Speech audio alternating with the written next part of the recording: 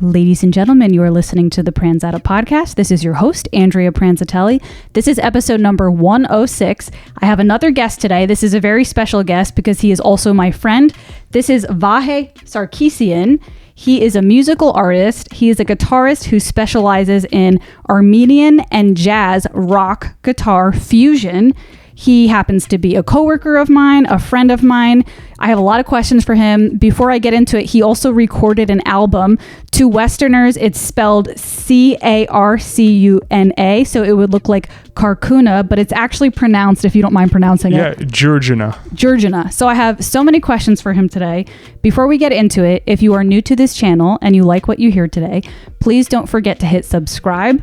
It is my mission to grow this channel this year, and your support would be incredibly helpful. All right. Oh, and don't forget to comment on anything we talk about throughout the episode. That also helps this channel immensely. Before we begin the podcast, we prepared a number for you. We are going to do a cover of The Girl from Ipanema. Hope you enjoy.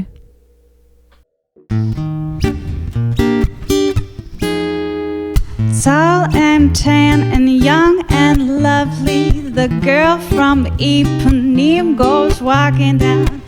When she passes, each one she passes goes up-a-dee-dee-dow. When she walks, she's just like a samba that swings so cool and sways so gentle that when she passes, each one she passes goes up-a-dee-dee-dow. Oh, how he watches her sadly. How can he tell her he loves her? Yes, I would give my heart gladly. But each day, yes, she walks through the sea. He looks straight ahead, not at me. Tall and tan and young and lovely, the girl from Ipanema goes walking down. When she passes, each one she passes goes abba-dee-bee-dow, goes abba-dee-bee-dow, goes abba-dee-bee-dow.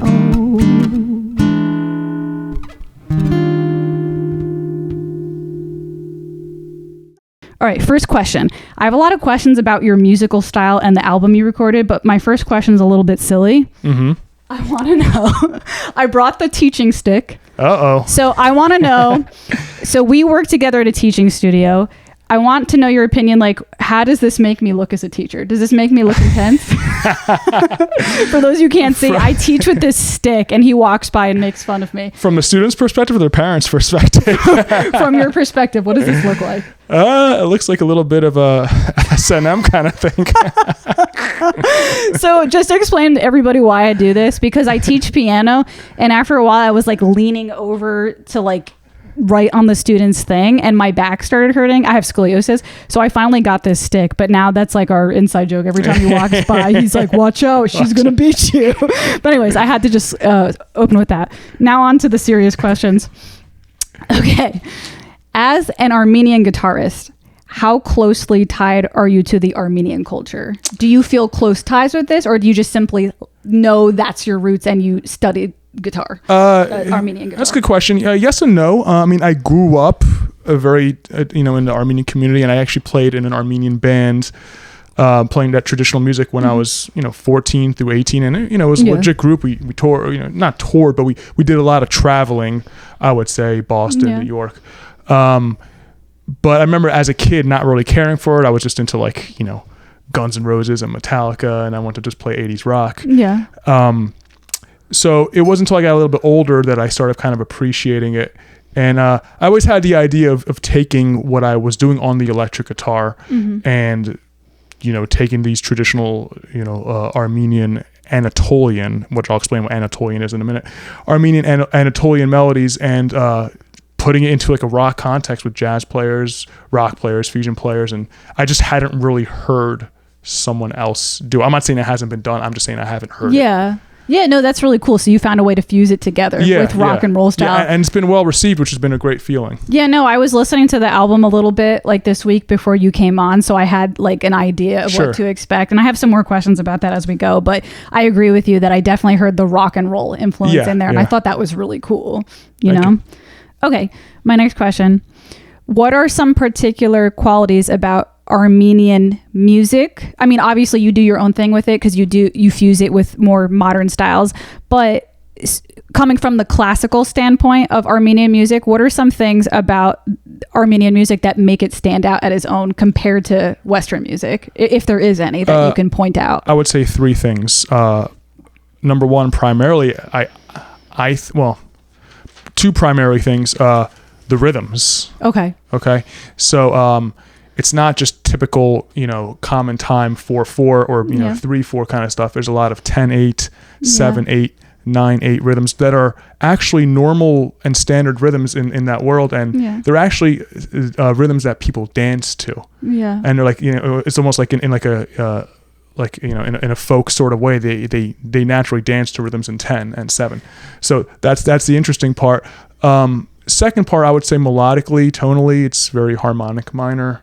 Okay. For anyone that doesn't know what that means, it's just a particular, you would hear, what's that one surf song? What's that? Oh man, is it by Dick Dale? Oh, I know what you're talking about. Was it in Pulp Fiction? Yes, that's. What's the melody? If you listen to that song, that has a particular tone, modality. Or is that something totally different? Not that one. Yeah, no. I know what you're talking about. It was in Pulp Fiction. Yeah. There's a certain tonality to that, so that's a harmonic minor kind of thing. Yeah. And then the third thing I would say is the phrasing, and it's not just the melodies they play, but how they play it.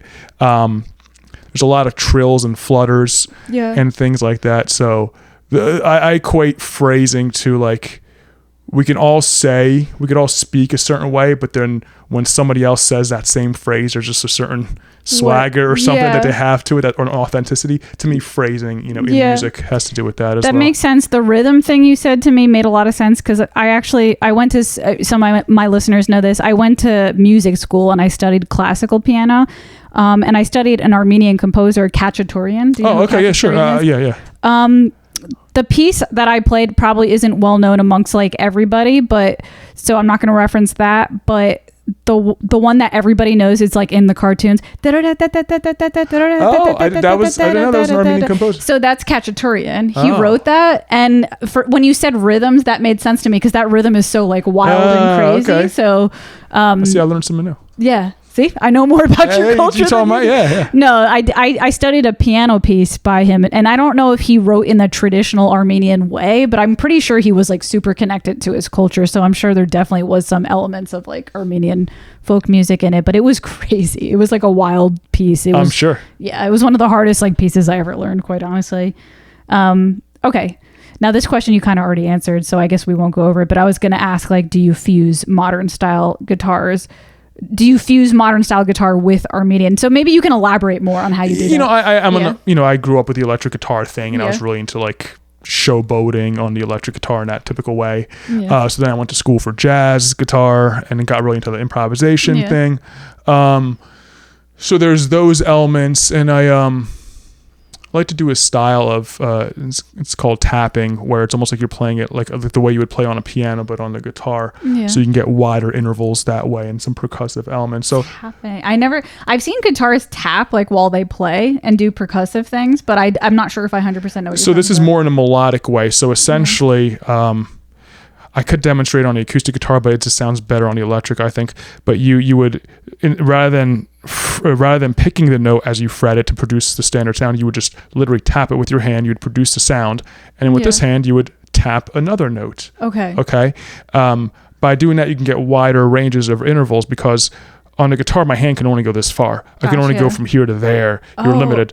If I can tap here and tap there, I can get much higher intervals. Just like on piano, if you're only limited to this space, then that's all you could do. But if you could spread your hands out. So that's what it is on guitar. Yeah. Is it like vibrating? Is it making them vibrate differently? It does sound. It does sound a little. it does sound a little like plinky. So I Yeah. find that adding some effects like a echo or a nice healthy reverb to give it some sustain helps smooth it out a little more. Yeah. You know, it's an unconventional thing, but it's become annoyingly kind of overdone now. Okay, so it used to be like the cool kid thing to do, and now it's like, yeah, we get it. It was kind of like I didn't see too many people doing it, and it was like really just a virtuosos that kind of did it, and now it's every like overly mathematical Instagram guitar player kind of doing it. That makes sense. Did you all, now this wasn't even in here, but now I'm just genuinely curious because I'm hearing about all these techniques you're learning. Did you always know you wanted to be a musician since you were little? Yes. Really? Okay. In fact, when it came time to applying to colleges, and I only applied to one school, and I lied to my dad about having applied to all these other schools to go to school for business and just making up these other things and then I applied to the one school, and thank God I got in, because otherwise my old school Armenian father would have flipped. But yes, I knew that I wasn't going to do anything Were else. they supportive of you pursuing music? Sorry, mom and dad, if you're out there. My mother, yes. My dad was a little more skeptical. Okay. He when he came to this country, he was living in North Jersey, hanging out in New York a lot, and saw maybe some of the drug culture of musicians in the 70s and assumed that was the case all around and in modern times, which is far from it, I think. Luckily, my parents were always supportive of me pursuing music, but like I think when I was much younger, no offense, Dad, if you're listening, but I think he had a stereotype against tattoos. So when I first got my tattoo, I was like afraid to tell him. But I think like our life, I think the way things are now, he's evolved a lot. Like I feel like he's changed a lot with the time. That's good. So when he saw my tattoo, he was like, okay, whatever. He was just like, okay, sure. Yeah. But I think like if I was a teenager and had these tattoos, he would have flipped out. I mean, tattoo culture now is way different than it was 15, 20 years ago. I think 15, 20 years ago, tattoos were like you were in a gang. Yeah, like that's like what tattoos were like mom, like, you know, like like guys in the bikers, they had like the heart with mom. I think that's what tattoos were, but now it's like it's just I live in Philadelphia. It's like the culture, like everybody, and it has been for a long time. Like if you don't have a tattoo here, you don't fit in. Like, and it has you could be a dentist, you could be an accountant. And you know what? I've been learning lately, some of my favorite people I've listened to are like, they don't show their tattoos because they try to dress professional. But there's this one neuroscientist I listened to, Andrew Huberman, fucking brilliant dude, very dedicated to studying the human brain. And he's just like loaded with tats. And I'm like, he's a genius and he's got tats. So like, it's definitely. Yes, if you can do it, then anyone else can do it. Is that what you're saying? We've evolved past like you have to be in a gang to have a tattoo.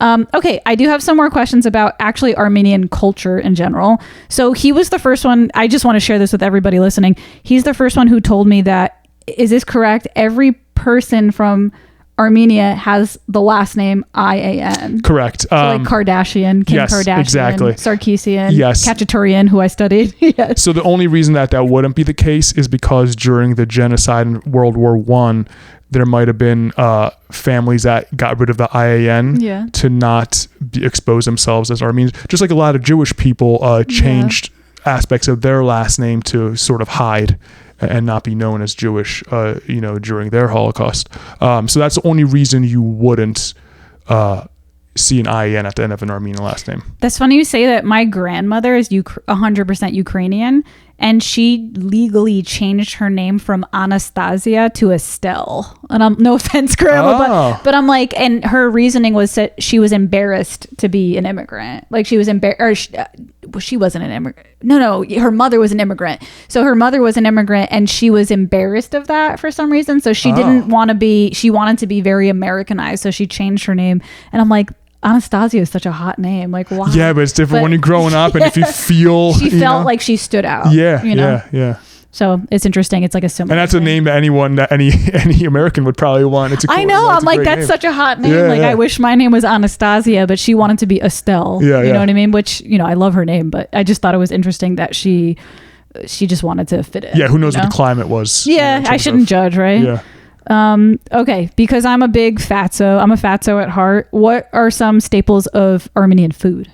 There's something called lechmajun, which is this sort of like, it's like a flat bread with like ground beef and like, peppers and things like that on there. That's really good. Spicy. They do a lot of spicy. A little bit of spicy on that. What are the big meats there? Like, are they lamb, shish kebab, that kind of thing. Yeah. It's like I would say Greek. It's like Mediterranean, Greek, and also Middle Eastern food kind of hybrid. We eat hummus.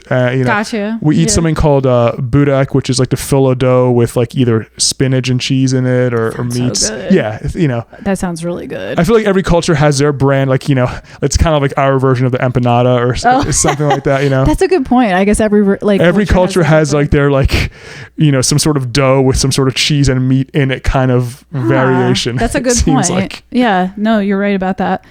Okay. Is there a diversity of religion in Armenia, or is it's pretty Christian? Okay. Yeah. Okay. And then like the overall culture is pretty tight there. So it's not like the United States where it's like, oh, we've got all these different backgrounds. Like they kind of have a collective conscious type of attitude there. Yes and no. I think there is I've never been there, and I'm Americanized. I'm born here, and and my family comes from the Western part of Armenia, which is now considered part of Turkey because they took it over. But so I don't know about Armenia, but from what I just have heard and from what I understand, at least during the early 90s, late 80s, early 90s, when the whole Soviet Union thing finally broke, I know there was a political kind of divide of the group of Armenians that wanted to stay as part of the Soviet Union because of, I guess, the perks of having the government help you out and this and that. Mm-hmm. And then versus, the group that wanted to be free from it. Mm-hmm. So I think I don't know if there was a divide but there was definitely two political affiliations. Oh, wow. So there was like civil issues going on there. Yeah. And I've noticed, with some Russian people I know and some Armenian people I know, or anybody that was part of the Soviet Union around that time, when they come here, if they were against being part of the Soviet Union, I noticed that they're very Republican. And I'm not getting into politics in terms of whether I agree with something one way or another. I'm just not touching that, right?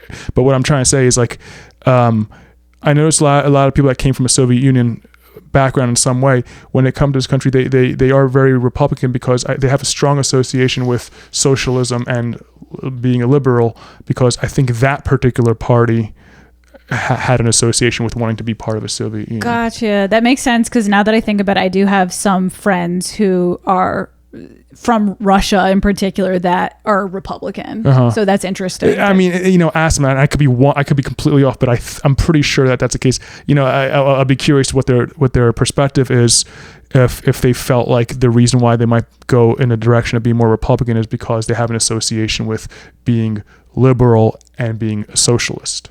That makes sense. That's very interesting. Unfortunately, I don't know too much about politics and stuff like that, so I can't comment much more about that. But it's just what I've heard and what I think. So. Definitely sparks like a lot of curiosity, because it's something I'm like actively trying to study more and learn about. Especially like I'm a podcaster and I want to continue doing this, so I'm like, shit, I better know what I'm fucking doing. I've been doing a lot of reading. Especially lately. People are ready to rip you apart. Yeah. in that world, right? Okay, so I do have more questions for you. All right, so now we're moving on past the Armenian questions, and we're going to talk a little bit about philosophy, music, that type of stuff. So going back to your music, recording an album. This is a good question. I've asked this to another music artist who recorded an album. This is a good question for new music artists who want the input of somebody who's already done it. Looking back on recording your album, would you give any advice to somebody who's never recorded an album of what you wish you did differently? You're like, man, if I could do this differently or do this over again, I should have known this in advance, as a way to prep a new music artist to help them. Something I would have done differently is,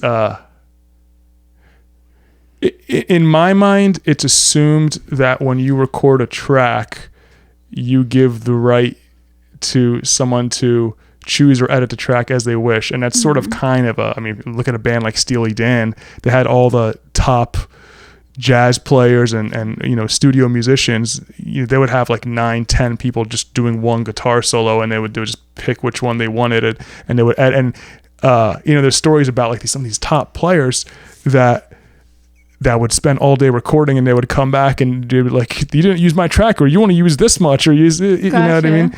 And to me, just being a working musician, I just kind of know that that's the case. but music is an interesting world because there's plenty of great musicians who might not be working musicians. And what I mean by that is that they simply don't, that's not their day job. They have another day job and they happen to be just excellent musicians and they perform. So I don't think everyone kind of understands how certain things work in a sort of a working world. So, I would say just kind of be open with everybody and say, hey, are you okay with me if I were to choose this take over that take, or if I were to splice this, or if I were to do some editing, or, hey, give me a bunch of takes and give me a bunch of stuff, but I might only just use this little bit because I might just hear that that's all I need for the take. So you're saying you would warn people to tell the musicians in the band about it, or you would warn people to communicate with the recording artists? I would, if you're the recording artist, I would let your musicians who are playing on your album know that, that you're going to have some, you're going to be doing your own kind of editing with this and choosing which tracks you think are best and whether or not you even need all the things they laid down, and when I go into a session, I always say, I'm just going to lay down like a bunch of tracks. You just choose whatever you want. That's funny you say that.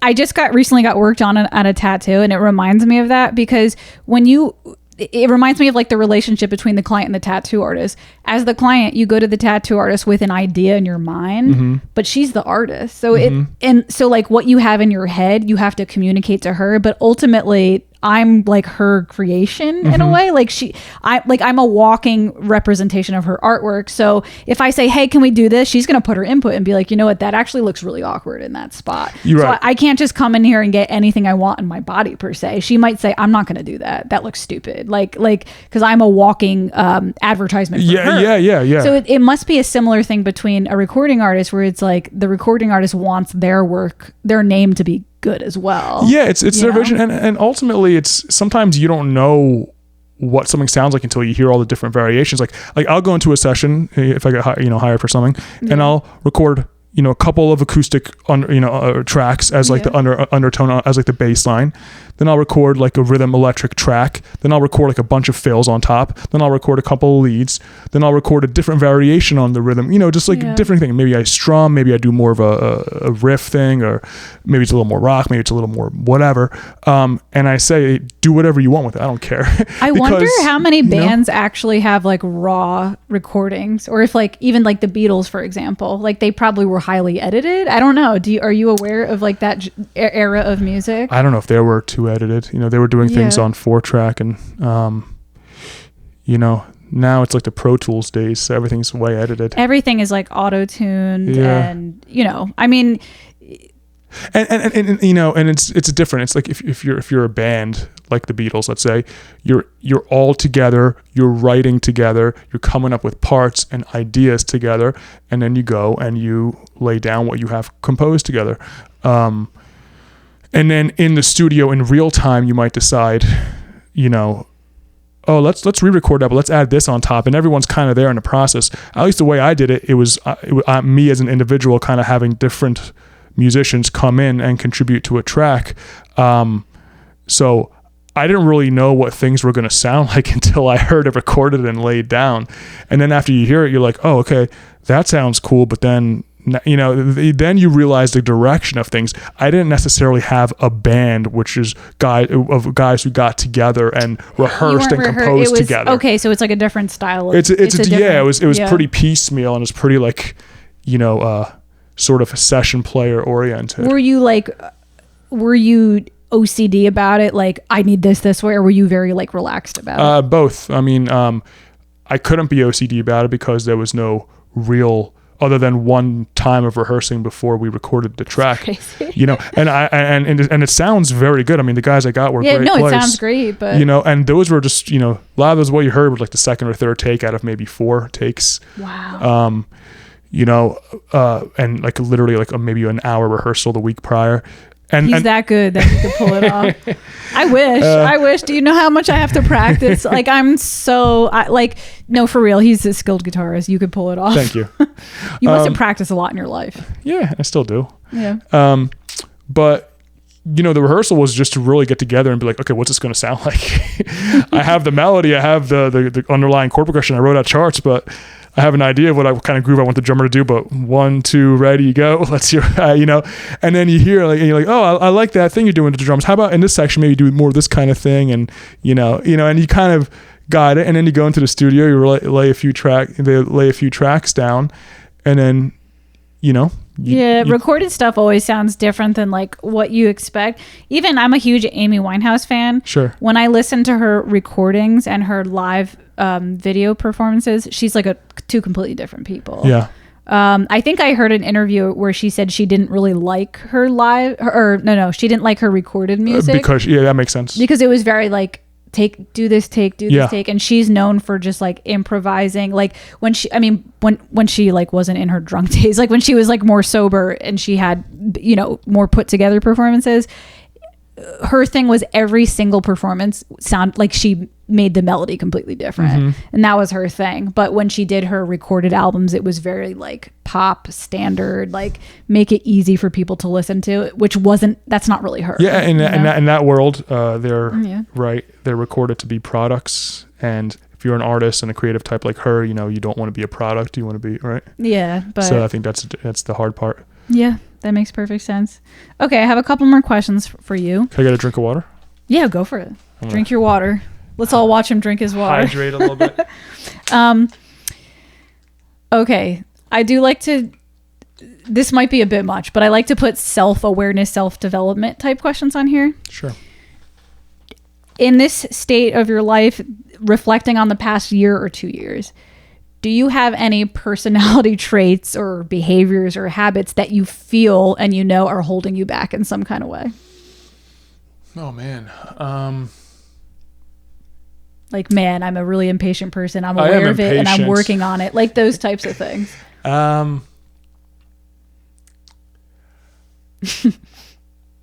I get very, like, if something aggravates me in the music business, I'm ready just to quit it and say, fuck this. But it comes from a place of I kind of put my dues in and I just don't give a shit anymore.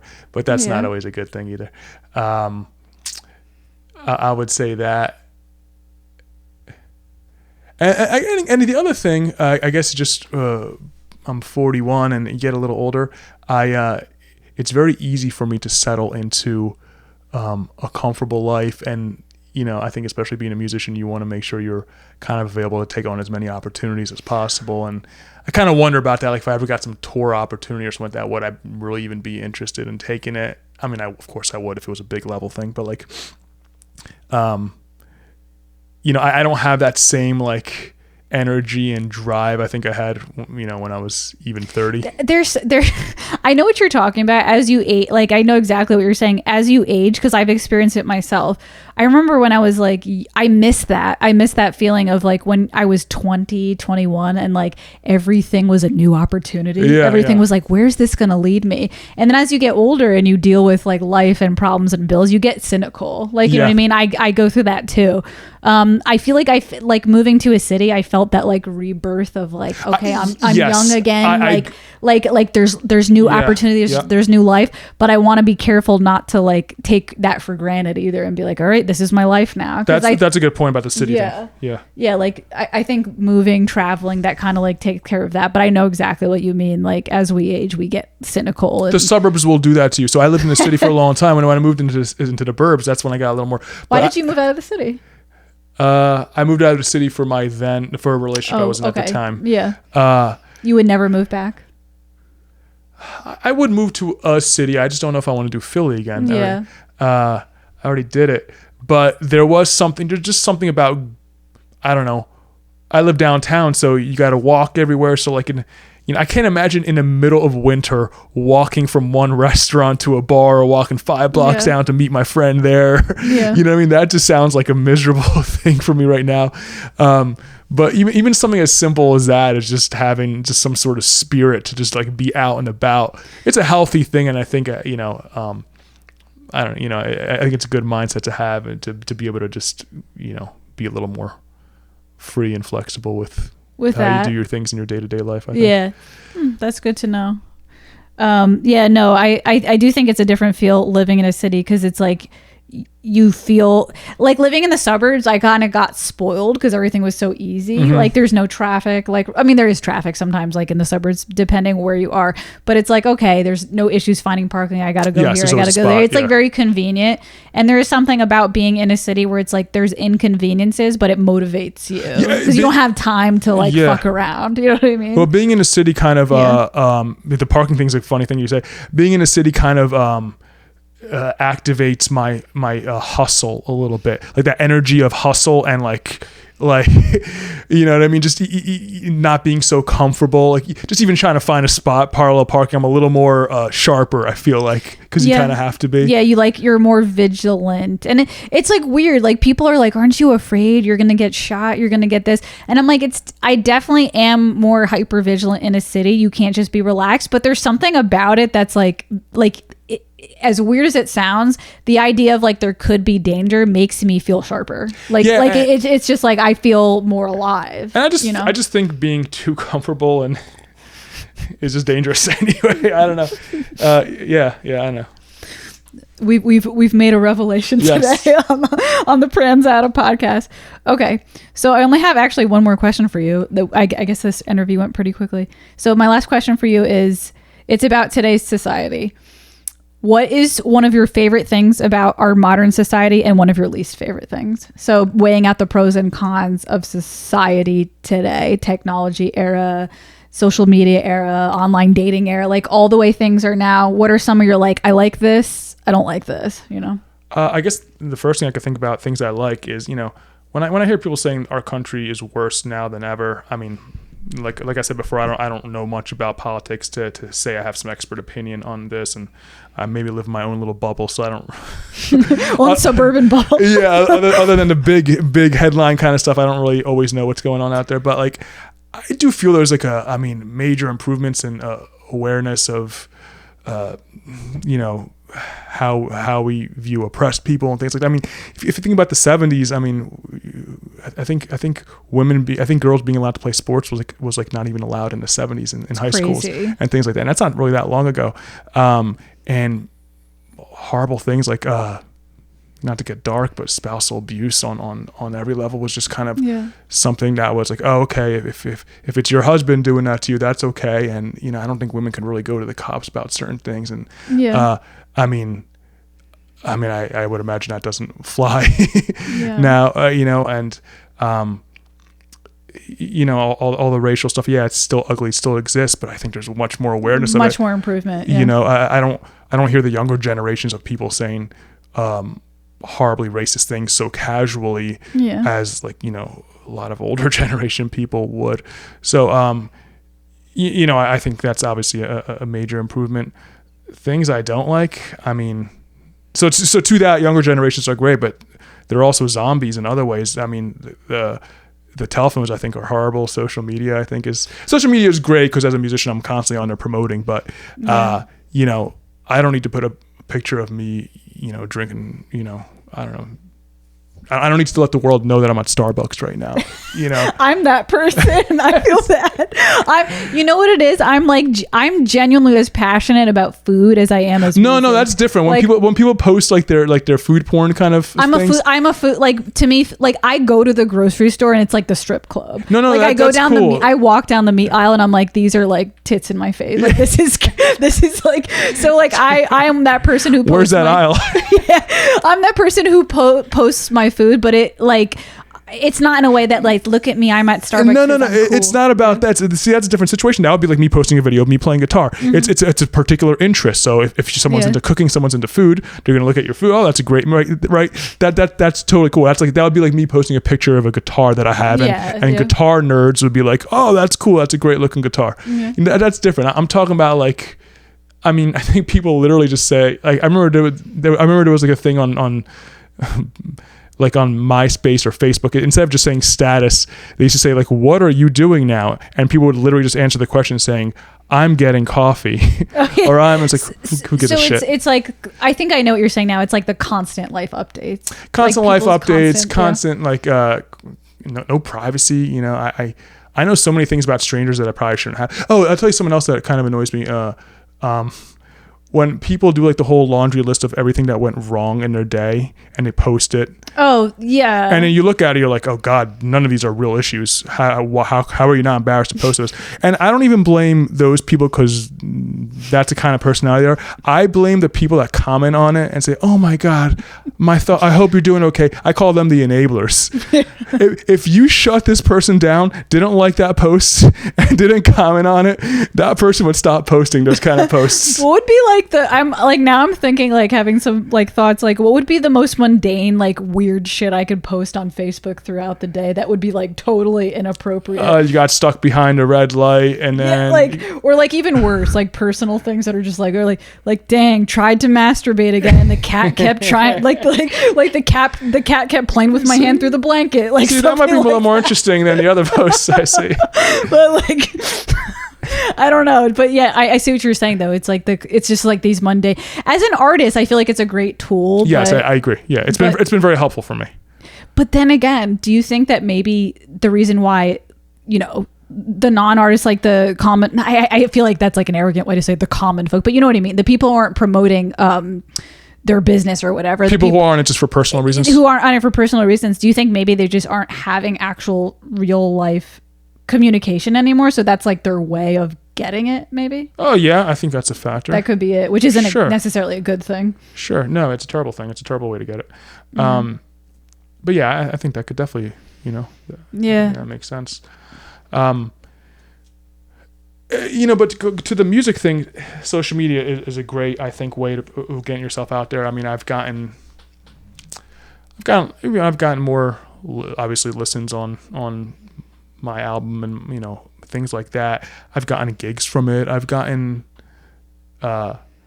validation from like if someone's going to call me for a gig but they haven't actually heard me play. I thought you were going to say validation from women. No. Somebody else might say, oh yeah, I've seen that guy's videos online, or I've seen some of the stuff he's posted. Yeah, you know, you'd like working with him. Things like that. So it kind of helps, like, you can kind of validate what it is that I do. Yeah. It's just like kind of like it's a resume that's out there at all times. It is. Like, right. I agree with that. I am very grateful for about social media. But before I started promoting my music, this is tilting over? Well, let me see if I could. There you go. I think I could. We're almost done, anyways. You could always hand hold it for the rest of it. No, I'm really grateful about being able to promote business related stuff on social media. But prior to that, I was like strictly against it. I didn't have an Instagram or anything like that till I was like 30 years old. Oh, okay. Yeah, which I didn't have Instagram till I guess I was 30 years old as well, but it might have just come out then. I'm fine. Yeah, I was gonna say I'm older than you.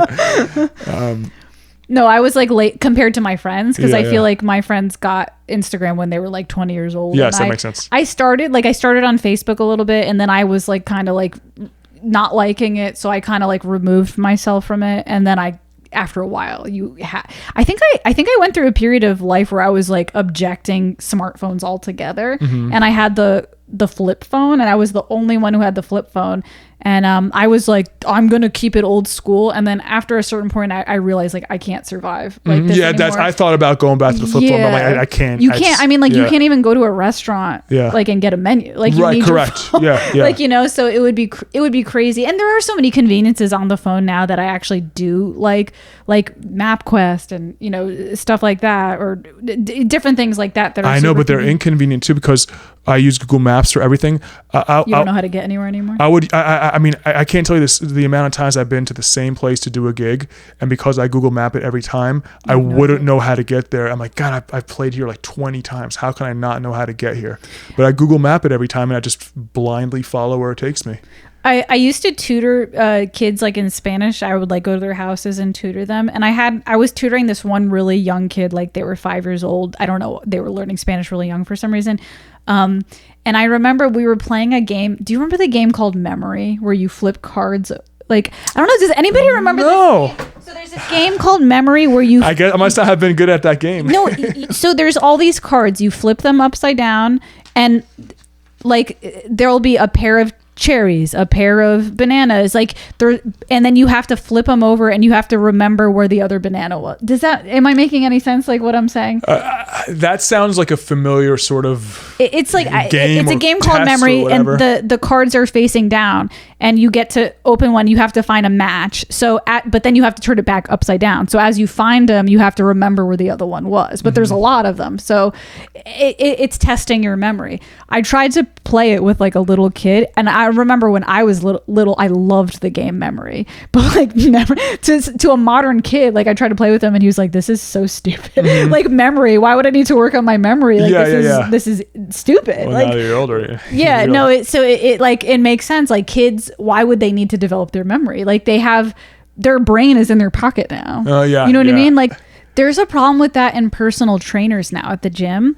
So I'm not going to name the gym because I don't want to call them out or like give them a bad reputation, but there's a corporate gym that has, when you sign up, part of the membership fee is that you get a trainer. That's like part of the membership fee. The particular trainer I got was young. He looked like he was like 24, 25, and I'm 35. I might have been like 33 at the time, but there was an age gap, obviously. He was like 10, 15 years younger than me. He was on his phone the whole fucking time, like training me. And I was like, this is like I could be injuring myself. Like I am a client. Like I don't know what I'm doing. Like I'm learning these new exercises. I don't know what I'm doing. And he kind of had an attitude like I was annoying him. like he had this attitude. Like he only spoke in like little, like he couldn't form a full sentence. Like he would speak in like words. He would go, just press. And I just I'm like, what? I think those trainers that come with those gym memberships are usually like they're not paid well. They're not paid well, and they might be like, it might be like just them getting their start, or they might not be the best. But trainer. I don't know. Like I do think it's a general, like it's a change in mentality from younger kids, because I remember when I was 16, 17, whatever, started working. If I knew I was a trainer, I would have taken it very seriously. I would be like, oh my God, I'm so excited. I want to be the best trainer. Even if I wasn't getting paid well, it's my first job. Like, I would have taken it seriously, but he was just kind of like, he goes, chest press. And I looked at him and I'm like, what about a chest press? And he just rolled his eyes at me. He goes, oh, like he had to like get off his phone and help me. I remember, in my 20s, I might've been a mess in every single way, but not when it came to work. I always made sure I worked. I was not afraid to work. I'll work, if I couldn't, if I didn't have access to a full-time job, happy to work 3 part-time jobs, make my money, save my money. There's a saying that I heard younger people use, act your wage, which I get it. If someone is paying you shit, you're not going to kill yourself. Which I get that in some ways, but I think the danger to that, if I, playing devil's advocate, would be, your first job is never great, but like you said, you just work your ass off because it's your first job, and right? That's what I mean. Like, especially if it's like I would imagine somebody who's a personal trainer aspires to be a better personal trainer. So I would think if that's one of your first jobs, that would be a great first job. Yeah, exactly. So I guess if you're acting your wage, so to speak, meaning if you're not getting paid well, you're not going to be a good employee. Then how are you going to ever progress? How are you going to ever sort of work the ranks? How are you going to learn? How are you gonna maybe prove yourself, and okay, now I'm at the bottom of the chain here, but despite my low pay, I'm gonna work hard and become I don't know, maybe the manager, and now it's better pay, and now you have managerial experience, and if you still hate that place that you're working, maybe you go to a different place and you can have a resume. You have a resume, maybe you have a good reference because you were a good worker in your things like that. And I think that also contributes to not really growing in some sort of career oriented fashion. There definitely is some wisdom to like ask to get paid more, but I feel like you kind of have to earn it. You can't, like, as an adult woman, I'm at this point where I'm like, wait a second, I need to get paid, but I've worked, like I've developed my skills, and you don't just like walk in as 16 years old like pay me. Just because I exist, like you need to like be a person of value to have the value. If you're obviously, if you're older, you have a kid to feed, and you're in the unfortunate situation of only being able to work, at a place that pays you unfair wages, like Walmart and stuff like that. You're like trapped in a situation. Yeah, I mean, obviously, there's a whole lot of other things that comes with that, like factors. Yeah, and people who might be, if you're sort of a person of a marginalized background, and you unfortunately didn't grow up with the perk of being handed opportunity and, maybe having college paid for you, and you can have a higher level of a degree. And I'm talking about people who have these sort of opportunities, but they're just kind of phoning in their lives at a kind of a young age. And I can't imagine what it's gonna be like when they're 50. Yeah, it's funny, like to bounce what you just said about like people in like marginalized in certain situations. When I first got to Philadelphia, I had been around some neighborhoods where I noticed homeless people, and when I first saw it, I was very like judgmental of it because I had never seen it before. Then I started like researching more about it and like watching literally interviews of like homeless people getting interviewed, talking about their experience, reading about it and stuff, and like I felt kind of ashamed for not understanding it, because like what they were explaining, they're like, you don't understand, a lot of people come from a privileged situation where anybody could get fired at a job, anybody could miss a paycheck. I mean, there's plenty of months where I miss a paycheck, like where shit, the students canceled, whatever. We're lucky enough to have a situation where if God forbid we didn't get paid for 2 months, we would have somebody to crash a couch on. Yeah, exactly. There's some people who have no one and nothing, and if they don't get paid for a couple months and they're forced to live on the streets, you don't get it. You can't just get a job. Yeah. Like, well, guess what? The shoes that you were going to wear to your job interview, they got stolen. Yeah. Oh, guess what? You can't shower. You're going to smell at the interview. Right. You don't have a mailing address. So it kind of forced me to realize like, wow, I was judging this from a privileged perspective of having no idea of what that would be like.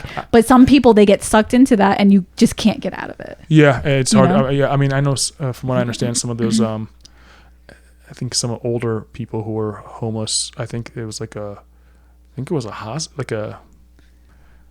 hospital that was got shut down, and all the patients were sort of like just let trapped, go. Yeah. And then where are you going to live? You're going to live on the streets, and without their care, they just kind of continue to get worse in their mental health. And that happened to my mom, actually. So my mom has mental health issues, and she thankfully is taken care of now. But she couldn't hold a job. And so she would have these mental issues and she wouldn't be able to hold a job. And there was a point of her life where she was homeless. I mean, she was sleeping out of her car. Like that was her home. But she was like driving around to Quick Checks, like, and sleeping in her car in the parking lot. Thankfully, she was able to find like a government funded program for people with mental issues. But again, she lived in a county that I guess had enough money to provide that to her. There could be counties out there that don't have enough money to provide that for mentally ill people. So again, it's like not only is it's actually counties and states like have different budgets as well. So she was fortunate to get taken care of. Good. No, that was a rough situation that she was in. I imagine. But anyways, so what a light. We're going to end the podcast on that note. Always ending on a light note. I did this at the last episode too. Like I asked a really intense question and I'm like, and they were like, yeah. And then they sent the money to Ukraine. I'm like, well, anyways, that's all for today. But anyways, no, that was it. I had a great time with you today. Likewise. Thank you for having me on. Yeah, absolutely. Before we end the podcast, I'm going to include his link to his Instagram in the description below. So if you guys want to find his album, like find him on Instagram, see where his upcoming shows are. If you live in the Philly, New Jersey, New York City area, find his album. I'm sure he has a link to his album on Spotify from his Instagram. Anything you want to tell them about you or your life, or where you live, your social security number? I'll leave his social security number out for now. But no, exactly what you said. I mean, if I play in all sorts of groups. So I play in a Steely Dan tribute band, a David Bowie tribute band. A lot of acoustic stuff. I do my own thing with. He does a lot of Rage Against the Machine. I do like Rage Against the Machine, actually. I do like him too. But a lot of the Middle Eastern fusion stuff too. So check it out, and if you're in an area, there's always a show I'm doing. That's it. Pranzata Podcast, episode 106. Hope you had a good time. And again, don't forget, hit subscribe if you enjoyed yourself. I would like to grow this channel. Your help would be very helpful. That was a weird way to phrase that. And comment on anything we talked about throughout the episode. I want this to be a community podcast, not just like what I say is important. I want to know what you guys have to say as well. And that's it. Have a good night, guys. Bye.